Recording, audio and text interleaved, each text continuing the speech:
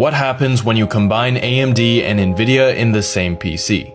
Usually it's a disaster. Crashes, blue screens, or at best a tiny FPS boost. When I first tried this 5 months ago, I barely got a 6% increase, and for the longest time, gaming on 2 GPUs just wasn't worth it. Until now, because recently people found a way to bring back NVIDIA's old unsupported tech except better. But 240 FPS in every game is kind of hard to believe, so I had to try it for myself. So in this video, we're not only gonna see if it's possible, but we're gonna find out if dual GPU setups are the future of PC gaming. But before we begin this challenge, we have to have a pretty decent single GPU gaming PC to start with, and I think my main PC that I built 8 months ago is exactly what we need. But for the sake of this video, the only important thing that you need to know is that the GPU is an RX 6900 XT, and as a quick refresher, it puts out about the same performance as an RTX 3090. So while it is a powerful card, it's definitely not enough to get 240 FPS on its own, making it perfect for this video. So before we add the NVIDIA GPU, let's see how my PC performs in 10 different games at max settings. This will give us a baseline to compare at the end once we put in the second GPU. Starting with Red Dead Redemption 2, a new game for the channel. It runs at 95 FPS fully maxed out in this opening scene, and looks absolutely incredible despite having no ray tracing support. But things start to get a little bit less incredible once we get to Cyberpunk 2077. Right now it's running at 73 FPS while reckless driving, which is completely fine. Not the reckless driving, I meant the FPS. But with full RT overdrive, it becomes completely unplayable, especially for a first-person shooter. In an older game like Shadow of the Tomb Raider, we're seeing 190 FPS on max settings with ray trace shadows. Though this is the lightest part of the game to run, which is kind of ironic because it's also very dark. It gets worse again in Black Myth Wukong. I'm looking at a subpar 40 to 50 FPS just walking around despite not much happening on screen. Quite embarrassing for what was considered to be a 4K graphics card just a few years ago. In Control, we're seeing 96 FPS at ultra settings, but once you max out all 5 ray tracing effects, shit gets out of control. Really good.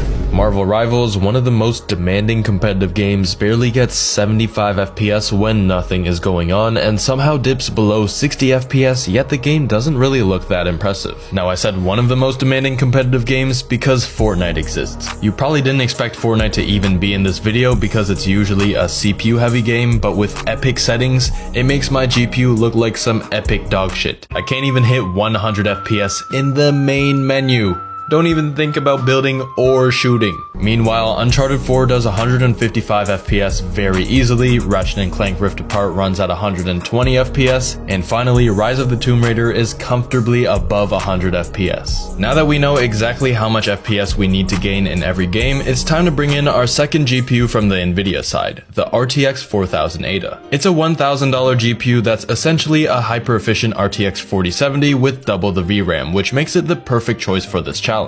Especially compared to what I used last time, a GTX 1080 Ti. Not only was it significantly weaker and older, but the worst part is that it consumed as much power as my 6900 XT. That made it completely unsuitable since I needed to power both GPUs using just a $100 power supply. With the RTX 4000 Ada's efficiency and power, this should be a huge improvement.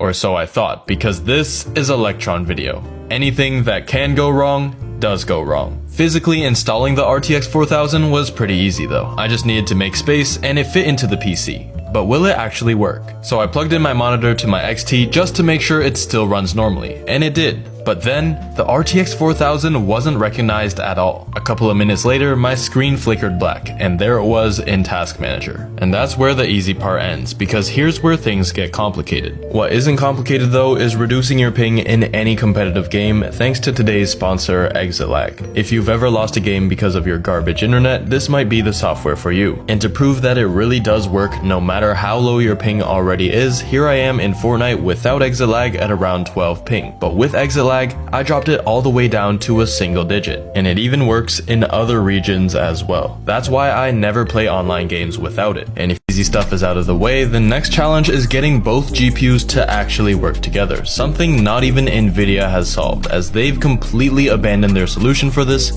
4 years ago. How am I supposed to make both of these GPUs work together? This is where lossless scaling comes in. If that name sounds familiar, that's because LSFG has become a game changer for people with older GPUs without upscaling or frame generation. So the obvious question is, what does this have to do with running 2 GPUs at the same time? Well,